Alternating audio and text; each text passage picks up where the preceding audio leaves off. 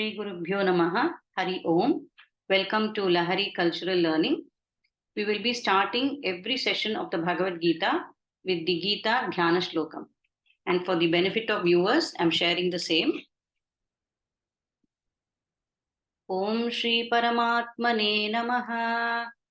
Om Pathaya Pratibodhitam Bhagavata Narayanena Swayam Vyasena Gratitam Purana Munina Madhye Mahabharatam Advaitamritavarshiniim Bhagavatim Ashtadashadhyayinim Ambatvam Anusandadhami Bhagavad-gite Bhavatveshinim Namostute Vyasa Vishala Buddhe Pullaravindaaya Tapatra Netra Yena Tvaya Bharata Taila Purnaha Prajwalito Jnanamaya Pradipaha Prapanna Parijataya Totra Vetraika Panaye Jnanamudraya Krishnaya Geetamrita Duhe Namaha Sarvopanishado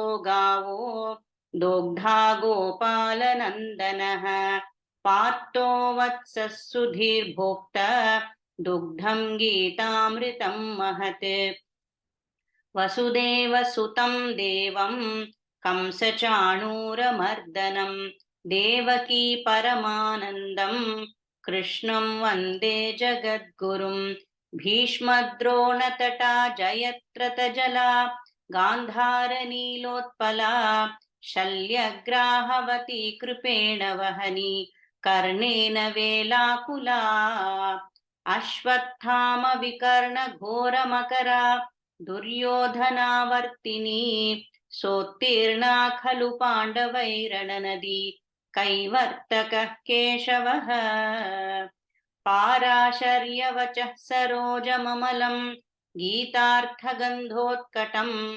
Nanakyanaka Kesaram Harikatha Sambodhana Bodhitam Loke Sajjana Shatpatairaharaha Pepiyamanam Muda Bhuyad Bharata Pankajam Kalimala Pradvamsina Shreyase Mukhaṁ karoti vācālam pangun langayate girim yatkripatamaham vande paramananda madhavam yam brahma varunendra rudra marutah stunvanti divyaistavai vedai sanga padakramopanishadai gayanti yam samagaha dhyānavatsita tatkatena manasa Pashyanti yam yoginaha yasyantam na vidusura suragana devaya tasmai namaha.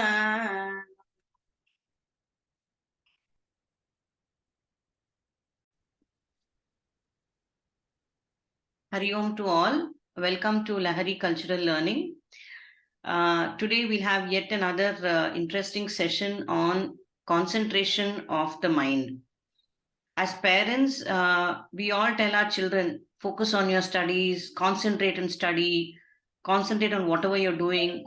But we have never told them how to concentrate, how to focus. And the Bhagavad Gita, Lord Krishna beautifully tells us about why concentration is important and how concentration can be achieved. And today Mataji will be elaborating on the same. But before that, the chanting.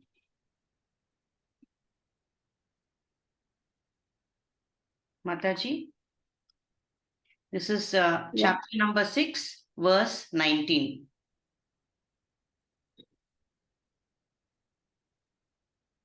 Yatha dipo nivatastho nengate sopama smrita yogino yata chittasya yunjate yogamatmanaha Yatha dipo nivatastho nengate sopama smrita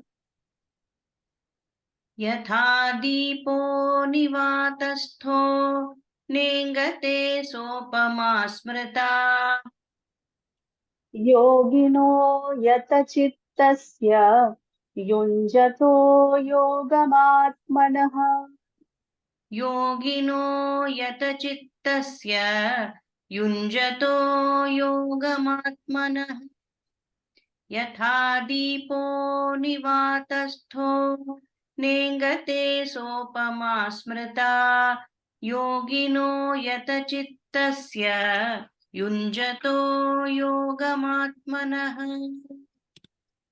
Chapter 6, verse 25. शनैः शनैरुपरमेत् बुद्ध्या धृतिगृहीतया आत्मसंस्थं मनः कृत्वा न किञ्चिदपि चिन्तयेत् शनैः शनैरुपरमेत् बुद्ध्या धृतिगृहीतया शनैः शनैरुपरमेत् बुद्ध्या धृतिगृहीतया आत्मसंस्थं मनः कृत्वा न किञ्चिदपि चिन्तयेत् आत्मसंस्थं मनः कृत्वा न किञ्चिदपि चिन्तयेत् शनैः शनैरुपरमेत् बुद्ध्या धृतिगृहीतया आत्मसंस्थं मनः कृत्वा न किञ्चिदपि चिन्तयेत्. Chapter 6, verse 26. यतो यतो निश्चरति मनश्चञ्चलमस्थिरम् ततस्ततो नियम्यैतद् आत्मन्येव वशं नयेत् यतो यतो निश्चरति मनश्चञ्चलमस्थिरम् यतो यतो निश्चरति मनश्चञ्चलमस्थिरम् ततस्ततो नियम्यैतद् आत्मन्येव वशं नयेत् ततस्ततो नियम्यैतद् आत्मन्येव वशं नयेत् यतो यतो निश्चरति मनश्चञ्चलमस्थिरम् ततस्ततो नियम्यैतद् आत्मन्येव वशं नयेत्. Chapter 6, verse 35. श्रीभगवानुवाच असंशयं महाबाहो मनो दुर्निग्रहं चलम् अभ्यासेन तु कौन्तेय वैराग्येण च गृह्यते असंशयं महाबाहो मनो दुर्निग्रहं चलम् असंशयं महाबाहो मनो दुर्निग्रहं चलम् अभ्यासेन तु कौन्तेय वैराग्येण च गृह्यते अभ्यासेन तु कौन्तेय वैराग्येण च गृह्यते. श्रीभगवानुवाच असंशयं महाबाहो मनो दुर्निग्रहं चलम् अभ्यासेन तु कौन्तेय वैराग्येन च गृह्यते.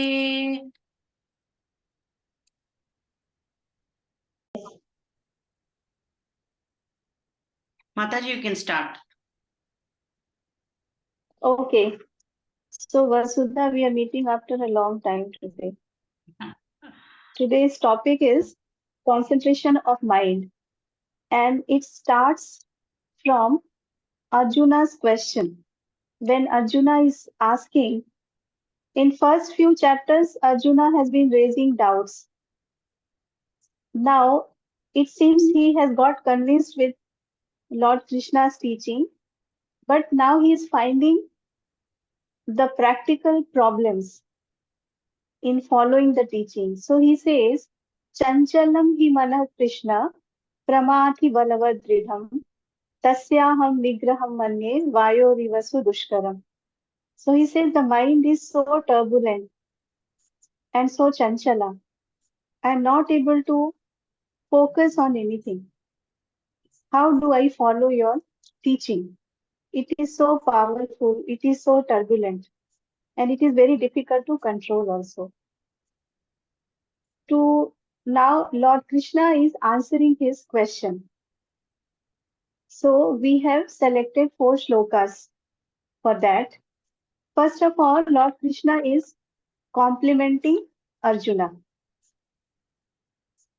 See, the shloka number 35, Asamshayam Mahabaho Mano Durnigraham Chalam. Abhyasena tu kaunteya vairagena cha brihyate. The first line, he compliments Arjuna for pointing out the problem. And he says this problem is not only yours, Arjuna, it is a universal problem. All human being faces this problem. Asamshayam Mahabaho, and he calls him mighty armed.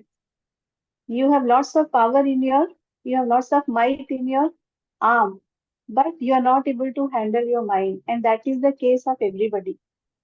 So, Asamshayam Mahabaho, the mind is very difficult to control. As a teacher, as a guide, he has complimented him, he has confirmed his question and problem. In the same manner, when we are facing a problem, we have to accept it in our mind that yes, I have this problem. I have the problem of not being able to concentrate the mind. As students, basically, we are focusing on students in this series. So we are not going very deep in the subject matter. In 6th chapter, Lord Krishna is talking how to focus on dhyana when we are doing meditation and how to focus on yoga. But we will not go so deep into the matter. We have taken it as only concentration of mind. So he's saying that not being able to concentrate on anything is a problem. But it doesn't mean that mind does not have the capacity to concentrate. When a child is asked to study, he asks his mother, the child will ask the mother, how long do I have to study? Then he will say, now 1 hour is over, should I go to play? But when they go to playground, they don't bother to ask about the time limit. Yeah. And they keep on playing for 2 hours, 3 hours, isn't it? When we have to study, we also look at the time, we look at the syllabus. But when we keep surfing on the phone, on Instagram, suddenly you will find that 2 hours have passed, isn't it? Correct. So, not being able to focus is not the problem. Mind has the capacity to focus. Mind has the power to hook on to something that it likes. Now, the question should be recoined. How to concentrate the mind on something that I should do, not I like to do. All of us are concentrating on something which we like to do, but we are not able to do anything what we should be doing. Correct. So, Lord Krishna is saying there are 2 mantras. Abhyasena tu kaunteya vairagyena cha grihyate. Our body is gross. If we have to control the body, there are gross methods. But mind, we are not able to see. We are neither able to see the mind nor we are able to touch the mind. So how do we control the mind? How do we access the mind? Lord Krishna is saying there are 2 methods. First is abhyasa and second is vairagya. Practice, repetitive practice. Suppose we have to learn cycling. However much we read theoretically that we have to do like this, we have to ride the bicycle in this manner. There is a very fine line between the understanding how to cycle and to be able to cycle finally. And what is the bridging? the bridging factor is practice. If you keep on reading how to cycle, you will not be able to learn. If you have to learn swimming, you have to go in water. When we start learning making chapati, it doesn't come round in the beginning, isn't it? But Correct. we have to practice, practice, practice. Is there any answer to why I am not able to do it? Why my chapati is not coming? Why I'm not able to flatten the chapati round? There is no theoretical answer to it. The answer lies in applying ourselves to practice, repetitive practice, repetitive practice. Because human personality is made of one gross body and subtle mind and intelligence. Whenever we have to do any action, the subtle mind applies the gross body to do the action. When we see somebody with very good physique or very good health, we feel that we should also get up in the morning and go for jogging. We should also do exercise. But when the alarm goes, intelligence has thought about it and has decided. But intelligence will not be able to tell the mind and body to get up. And mind will not tell the body to get up. So what do we have to do? Any amount of convincing, the practice of convincing will not do. We have to physically leave the bed, isn't it? Some, some understanding will help in the beginning, but practice has to be done. The way we train animals. How do we train elephants? When we teach them how to do namaskaram, we give them a bunch of banana. So to get the bunch of banana, elephant starts doing namaskaram. And for elephant to learn one new habit, it takes 1 month. After that, even without getting banana, elephant learns how to do namaskaram. Correct.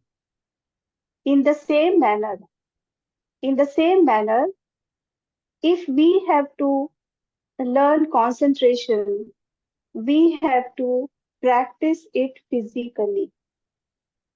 If we say that I will study when I feel like study, when a need arises, I will do it. It does not happen that way. Whether I like it or not, I must find a time. I must sit for that period every day, day after day, without fail. So the mind will start understanding that this is what I have to do. Then this repetitive practice has to be supported by vairagyam. Why vairagyam is necessary? Because when we want to concentrate on something, there are many factors which are disturbing, they are detrimental. So, unless we have dispassion towards them, when students have to study, what are the distractions in their mind? Gadgets, TV, Gadget, yes, TV, friends. friends, parties, parties, and many other things, isn't it? They are not able to study because they don't love study. They are able to do whatever they love for hours and hours. But there is no love towards study. And there is no love because we don't understand how important it is for us. When a student realizes how important it is, see, initially with practice, we get into a kind of discipline. To go deeper in that practice, the action of practice has to be supported by Dispassion. love, dispassion. And that dispassion will not come unless we have the proper understanding. The proper understanding of any situation without any preconceived notion is called dispassion. Dispassion is nothing less, nothing more. So we have to have dispassion towards ourselves also. We should know where do we stand, isn't it? We should know that my strong subject is English, my weak subject is maths. So I need to work harder in maths. I must approach a person who knows about the subject. We have to be humble. All these things we will be able to do when we have dispassion. And also we should have dispassion towards all the disturbing factors. That means to be able to be away from all unwanted person, situation, places willingly. Nobody should force me to do that. Correct. It should come from my within. And it will happen when I have the right evaluation of everything. Correct. So, practice, that is abhyasa and vairagya, dispassion.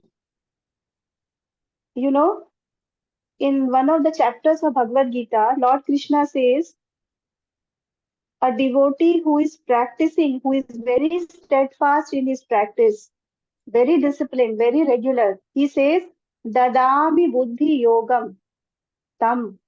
When I am pleased with his sincerity, I bless him with buddhi yoga. That is, I bless him with proper buddhi, proper intelligence, viveka buddhi, through which he comes to know me or he reaches me. That is why we say that hard work never goes waste.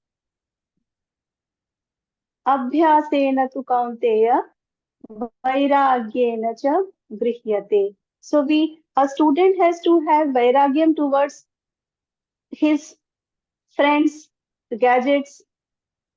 Suppose I'm studying, if I know myself that keeping a phone by my side, I will not be able to concentrate on study.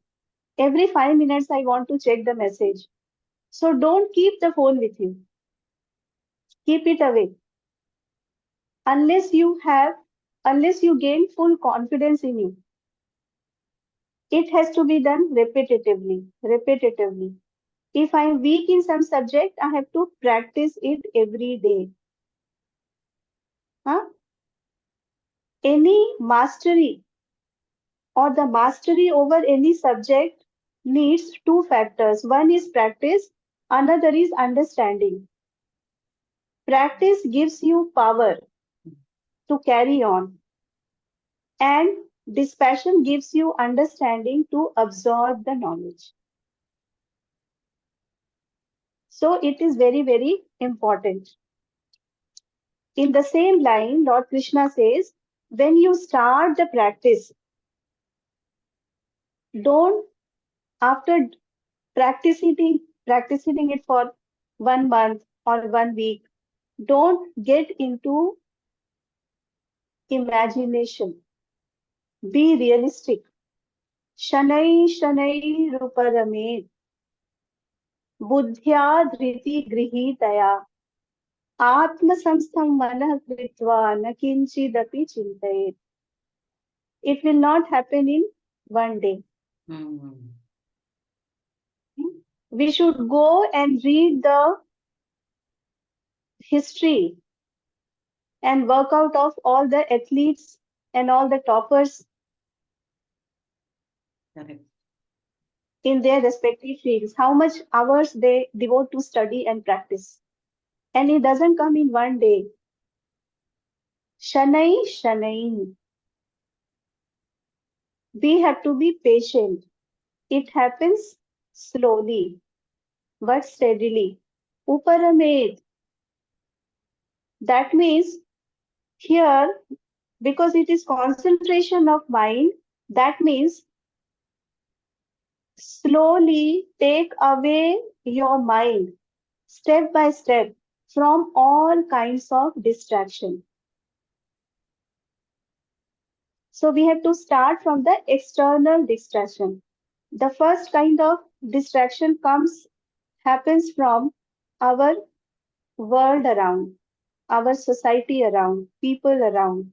So be very clever and very discreet in identifying what kind of friends we should meet, what kind of association we should keep, what kind of program I should watch in TV, kind of books I should read. If I am tired of studying, what kind of, you know, change of mind I should look for, isn't it?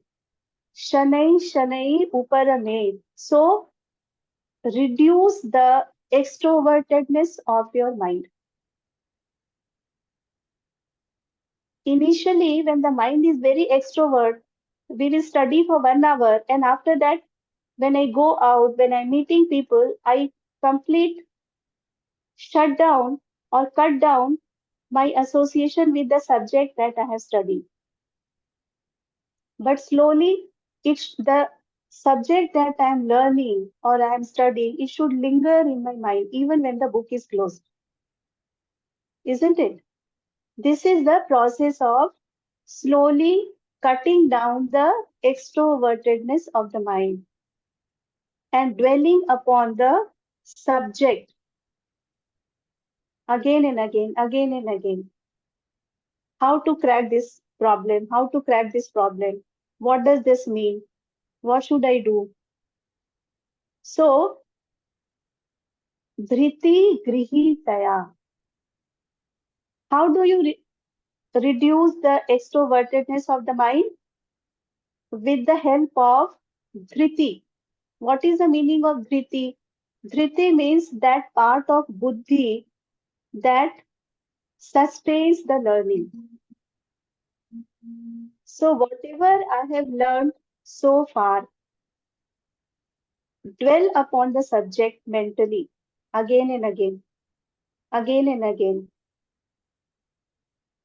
Do your daily chores, whatever you are doing. Still, you should not leave the subject matter from your mind. Okay. Dhriti grihitaya.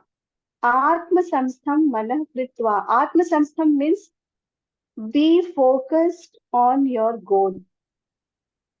The mind should be focused always on the goal. Hmm? If we are sitting here and thinking of World Cup cricket, we say, oh, did you go to Ahmedabad? We say no. We physically don't go, but mentally we go there and we say that, yes, I was in Ahmedabad. But now, Atma Samstham means here for students, Atma Samstham Mana Kritva means always keep your mind focused on your goal. Na kinchidapi chintaye. Don't entertain any kind of distraction. Distraction can come in the form of what you do not like, and it can also come in the form of what you like. Maybe a very good event is going to take place in your city. A friend has come who is very dear to you. Many things may happen, no? But we have to think whatever we are studying, we have to evaluate, we have to dwell upon the subject and replace all the unnecessary thoughts in your mind Replace all the distracting thought process in your mind with whatever you have studied.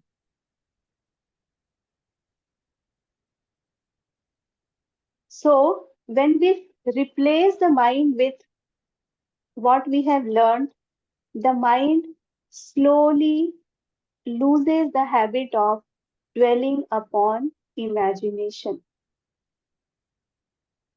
See, mind has a nature of dwelling on something, like a child. Child wants a toy to play with. If a child is playing with a knife and you know that knife is very harmful, however much you explain to child that don't play with the knife, child will cry because child doesn't know how to be not with anything because it always wants to play with something, isn't it? So a mother, what does she do? She takes a toy and replaces the knife with the toy. Initially, the child will cry, but very soon the child starts playing with the new toy. So the mind is also like a child.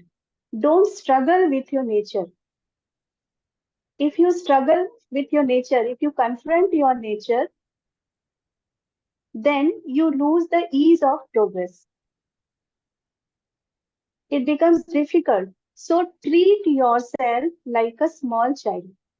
Understand yourself very well. Okay, my mind is given to this. My mind is hooking onto this. My mind is lost in the memory of this person or that event. So how to replace that? However much you tell your mind, don't do this, it will not work.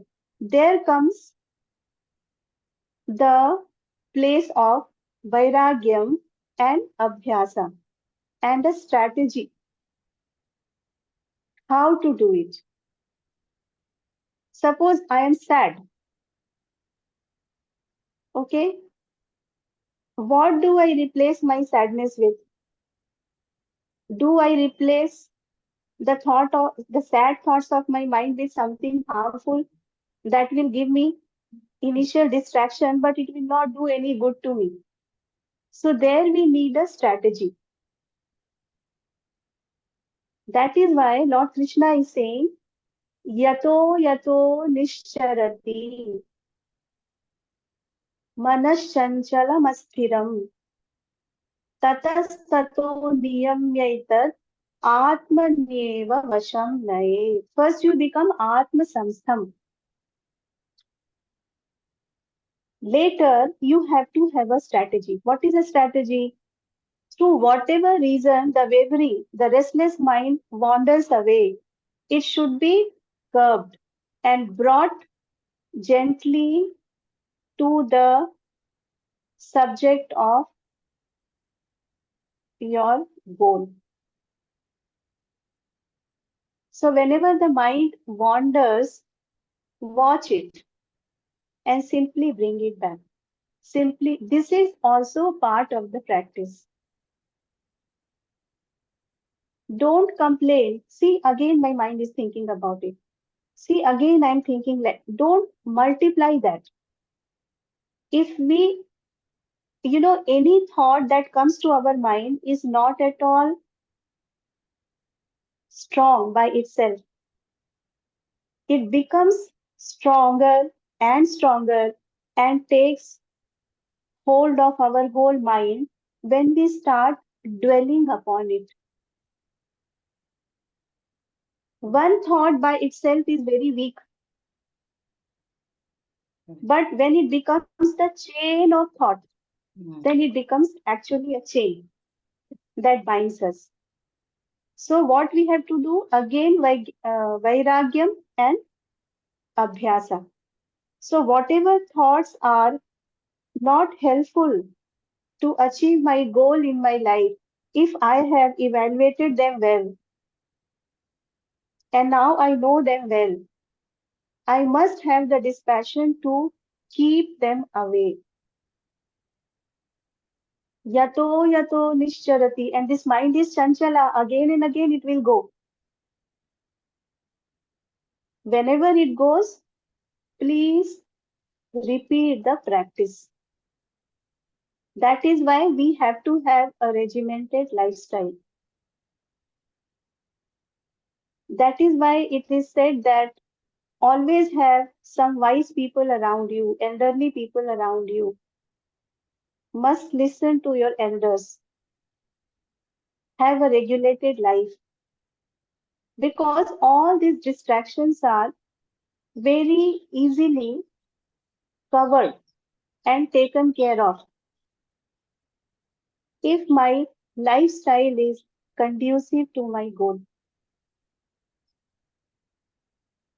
Then it becomes very easy. Because, in our life, almost all suffering is caused by our not having the power of detachment. We understand, people say, I understand, but I am not able to give up my smoking, isn't it? I understand everything, but I'm not able to control my anger. So we must develop a power of detachment. We must learn not only to attach the mind to one thing exclusively, but also to detach it at a moment from any place, person, or event. It's a dual process. This should be developed together to make it safe. So, yato yato nishcharati manashanchalam astiram. How to deal with the distraction?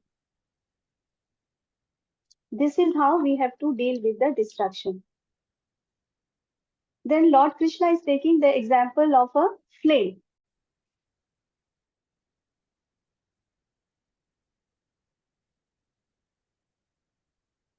यथा दीपो निवातस्थो नेङ्गते सोपमा स्मृता योगिनो यतचित्तस्य युञ्जतो योगमात्मनः. This shloka is the ray of hope and confirmation that it is possible.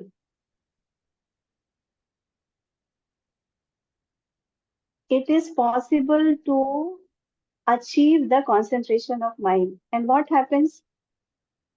Ultimately, how do we become? It has been compared with a flame of lamp sheltered from wind, and it does not flicker. So initially what happens? The disturbing thoughts, the stream of disturbing thoughts and habits are stronger and unbroken. And with vairagyam and abhyasam, with practice and dispassion, we start countering it. Slowly, with the power of practice, any yoga gives you power, any practice gives you power. So we develop the power to build the fort of what we need to do and what we should be doing. So it changes our thinking process, it changes our habits. We actually, the mind actually comes to believe that yes, there is a way to interact without getting angry. Yes, it is possible to have a good life by watching phone or TV only for 1 hour of a day. Yes, it is possible to study, to devote more time to study and still be happy. All these things we believe and it becomes our conviction only when we do it. But it doesn't mean that we shut ourselves from all other kind of interaction and people around us. No. See, for a lamp to burn unflickering, we cannot keep the lamp in vacuum because lamp needs oxygen, Correct. isn't it? So unflickering lamp is important, but it should be in the presence of oxygen. Otherwise, we could have compared this with a picture of lamp. But Lord Krishna has not compared it with picture of lamp, no, or picture of flame, unflickering flame. That means we have to be full of life. We have to be a very normal person with normal emotion. But we have to be very, very disciplined, rational, and very, what to say, sahaja. We have to be very, very sahaja. Natural. Very natural. Yes, natural is the best word to be used here. So we have to be very, very natural. All these things will happen when we do it with proper evaluation, understanding, and practice. Because we have understood it mentally, we have analyzed it intelligently, and we have practiced it and we have experienced it. So it becomes our conviction. So concentration of mind we already have. All of us are born with that kind of capacity. God has already given us. It is only about shifting the focus of the object of concentration. So we should love what we are doing. We should value it, whatever we are doing. Only these two things, if we are able to do, plus if we have dispassion to keep away from whatever is not good for us, it will make my mind like the flame of a lamp that is unflickering. So, what do we gain at the end? We gain a stable mind, a mind that is able to understand everything, evaluate everything. Still, it is able to focus on whatever has to be done at the right time without getting distracted by anything. Okay. So I think it is time to practice now. Very insightful, Mataji, with all those examples. I think you nailed it on the head. Changing the object of focus. It's not that we are not able to focus or concentrate. We are focusing on the unwanted object. That was the Unwanted point. object. Yes. Huh? Yes. Whatever holds more important for us, we do it. See, when we sit for meditation also, because we give lots of importance to our body, the first of all, the focus goes on, it is paining, I'm not sitting properly. The cushion is not there, the back support is not there. If you improve little bit from grosser to subtler, then you start thinking the what distracts you is the thought. Somebody told me this, his words were very uncharitable. I was not respected. All those things. Then that what comes is the emotion. Then so when we shut ourselves and when we protect ourselves from external disturbances, we discover that internal disturbances that my own system is creating is much more in variety and strength. So ultimately, it is dealing with our own mind and our own thinking process and disciplining them. So it calls for self mastery. That is the main message of Bhagavad Gita. Thank you, Mataji. That was a very insightful session, actually. And I hope viewers watch this and implement that, especially for students. I think it is a very, very useful session. Yes. So if viewers have any comments or questions, may post it in the comment section. Shall I end it, Mataji? Shall I end the session? Yeah, please end. ॐ वसुदेवसुतं देवं कंसचाणूरमर्दनं देवकी परमानन्दं कृष्णं वन्दे जगद्गुरुं श्रीगुरुभ्यो नमः हरिः ॐ हरि ओम माताजी Hari Om Vasudha, Hari Om to everybody.